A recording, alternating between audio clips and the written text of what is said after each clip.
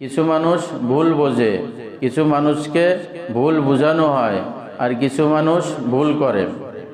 কিছু মানুষ ভুল করে, কিছু মানুষ ভুল বোঝে, আবার কিছু মানুষকে ভুল বোঝানো হয়। আমাদের উলামায়ে ইকরাম ছোট্ট ছোট্ট ঘটনার দ্বারা অনেক বড় কিছু বোঝানোর চেষ্টা করছে।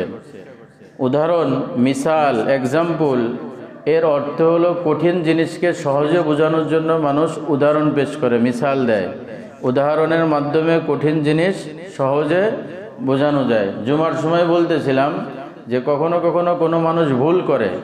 ভুল করা এটাও একটা খারাপ জিনিস, এটা কোনো ভালো জিনিস না। এক ব্যক্তি মেয়ে বিবাহ করার জন্য মেয়ে দেখতে গেছে, ইমাম সাহেবের কাছে দোয়া নিয়ে গেছে, হুজুর আমি মেয়ে দেখতে যাচ্ছে, বিবাহ করব। হুজুর দোয়া করছে, যাও। 2-3 দিন পরে হুজুরের সাথে দেখা। হুজুর বলতেছে, তোমার বিবাহ সাথীর কি খবর? বলে, হুজুর বিবাহ ভেঙে গেছে। বলে, কেন ভেঙে গেছে? বলে, মশা মারার কারণে বিবাহ ভেঙে গেছে। হুজুর বললেন, মশা মারার কারণে কি বিবাহ ভাঙে? কি ঘটনা হয়েছে তাই বলো। বলে, হুজুর একটা ভুল করছিলাম। কি ভুল করছো? বলে যে মেয়ে দেখার পরে রাস্তায় যে চার দোকানে শ্বশুরও, হবু শ্বশুরও বসা, আমিও বসা, অনেক মানুষজন আছে। কিছু সময় পরে দেখি যে শ্বশুরের মুখের উপর একটা মশা পড়ে আছে, রক্ত খেয়ে লাল হয়ে গেছে। হবু শ্বশুরের উপর দয়া করে এক থাপ্পড় দিয়ে মশা মেরে ফেলছি। তো ভুল তো একটা করছি, থাপ্পড় তো একটা দিয়ে মশা মারছি, কিন্তু এলাকার সব মানুষ দেখলো কি হবু শ্বশুরের মুখে কি করছে? চর মারছে। সে কি আসলে চর মারছে? সে তো মশা মারছে, কিন্তু মানুষ কি করছে? কি বুঝছে? এত বড় বিয়াদব, হবু শ্বশুরের মুখের পরে চর মারলো। শ্বশুর চিন্তা করে, এর মতন বলদ, নাদান, মূর্খ, আহাম্মকের কাছে মেয়েটা বিয়ে দিলে আমার জীবনও শেষ, মেয়ের জীবনটাও কি শেষ হয়ে যাবে। ওরে তারাই দিছে, বলে তোমার সাথে মেয়ে বিবাহ দেব না। সেই কথা বলতেছে, হুজুর মশা মারার কারণে কি হয়েছে? বিবাহ ভেঙে গেছে। আসলে মশা মারার কারণে বিবাহ ভাঙ্গেনি, পদ্ধতিটা ভুল পদ্ধতি অবলম্বন করছে। হবু শ্বশুরের মুখে মশা পড়ছে, মারার দরকার, কিন্তু থাপ্পড় দিয়ে না, এটা হালকাভাবে আঁচড় দিয়ে ওই মশা মারতে হয়। তো ভুল করলেও মানুষ কি হয়? বিপদে পড়তে হয়। কখনো কখনো মানুষ ভুল বোঝে। ফখরে বাঙ্গাল আল্লামা তাজুল ইসলাম রহমতুল্লাহ আলাইহির সাথে এক নাস্তিকের দেখা। সে নাস্তিক বলতেছে, তোমরা মুসলমান কি ইসলাম পালন করো, আল্লাহকে মানো, আমার বুঝে আসে না। বলে, কেন এত দরদ তোমার কিসের? আল্লাহকে আমি মানি আর না মানি, তুমি তো আল্লাহকে মানোই না, তা আমি কি করি আর না করি, তোমার এত দরদ কি, বিষয় কি বলো? বলে যে তোমার আল্লাহ যেটা হত্যা করে সেটা তোমরা খাও না, নিজেরা যেটা হত্যা করে সেটা তোমরা খাও, এটাকে সরসটাকে কেমন মানা? বলে তার মানে, বলে যেই প্রাণীটা মারা গেছে, কোনো গরু মারা গেছে, এই মরা গরু খাওয়া বৈধ আছে? কোনো ছাগল মারা গেছে, এই ছাগল খাওয়া বৈধ আছে? মৃত্যু প্রাণী, স্থলে যে সমস্ত মৃত প্রাণী আছে এগুলো খাওয়া কি হারাম। কিন্তু নিজে যেটাকে, যেই গরুটাকে আমি জবাই দিলাম, যেই ছাগলটাকে আমি জবাই দিলাম, সেই জিনিস খাওয়া কি আছে?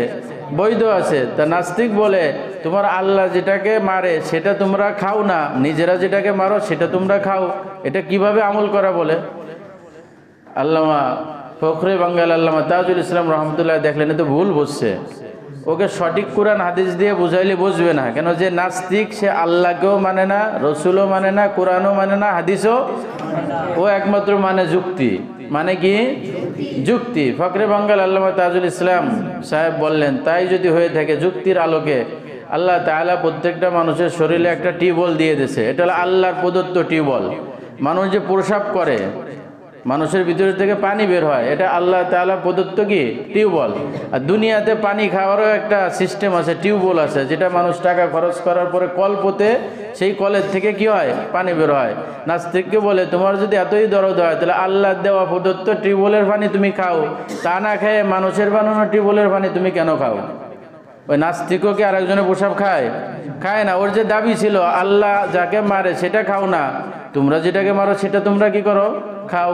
সেই অর্থে তো হয় আল্লাহ দিয়া টিউবওয়েলের পানি তুমি খাও, নিজেরা টিউবওয়েল পুঁতার পরে সেই পানি কেন খাও? ও নিশ্চুপ হয়ে গেছে, এ ভুল বসছে। পরবর্তীতে সে মেনে এনেছে, ইসলাম গ্রহণ করছে। কখনো কখনো ভুল বোঝানো হয়। হযরত থানভী রহমতুল্লাহ আলাইহি মুসলমানি হাসির মধ্যে এক ঘটনা আনছেন। এক কৃষক, তার দুটো ছেলে, এই দুই ছেলে রেখে সে মারা গেছে। তার সহায় সম্পত্তি ছিল 3টা জিনিস, একটা গাভী, একটা তাল গাছ আর একটা কম্বল। এই ব্যক্তির দুই ছেলে, এক ছেলের নাম মিরাজ আর এক ছেলের নাম সিরাজ। মিরাজ খুব চালু, সিরাজ খুব বোকা।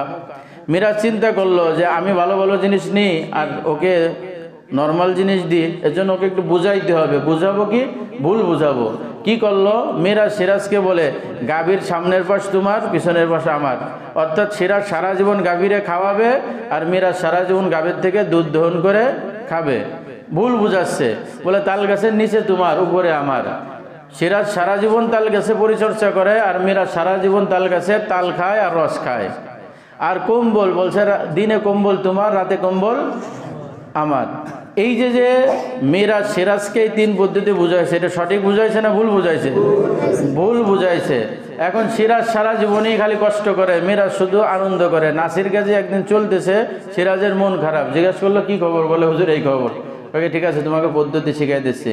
আগামীকাল দিনে কম্বলের ফালা তো তোমার, দিনে কম্বল ভিজাই রাখবা, পানিতে কি করবা? ভিজা রাখবা। ও দিনে কম্বল পানিতে ভিজাইছে, এখন সিরাজ রাত্রে কম্বল চায়, বলে কম্বল তো পানিতে ভিজানো, আমার ভাগের সময় ভিজাই রাখছে। সিরাজ বসছে, যেমন ভালো মানুষের হাতেই ধরা পড়ছে, বলছে ভাই কম্বল আর ভিজানো লাগবে না, আগামীকালকে থেকে দুই ভাই একসাথেই কি করব? কম্বলে থাকবো। সিরাজ তাল গাছে তাল পড়ার জন্য তাল গাছের মাথায় উঠছে। সিরাজ ওদিক দিয়ে কুড়াল একটা আইনে নিচে কুবানো শুরু করছে। এখন উপরতে বলে যে ভাই তোর ওই তাল গাছ কাটা লাগবে না, আমি নামতেছি, তাল দুইজন ভাগযোগ করে কি করবানি? খাবানি। মিরাজ গরুর দুধ দহন করতেছে, সিরাজের হলো সামনের ঠুকি, ও করছে গরুর চোখের মধ্যে আঙ্গুল ঢুকাইতেছে। গরুর চোখের মধ্যে যখন আঙ্গুল ঢুকাইছে, গরু এক লাথি দিয়ে সিরাজরে একদম 2 কিলোমিটার দূরে ফেলাই দিচ্ছে। এখন ওকে ভাই ভিক্ষে চায় না, কুত্তো ঠেকায়, ভাগাভাগির দরকার নাই, দুই ভাই সমানভাবে এই দুধ খাবো। এটা এই মিরাজ সিরাজকে কি বুঝাইছিল? ভুল বুঝাইছিল। অনেক সময় আমাদেরকে ভুল বোঝানো হয়।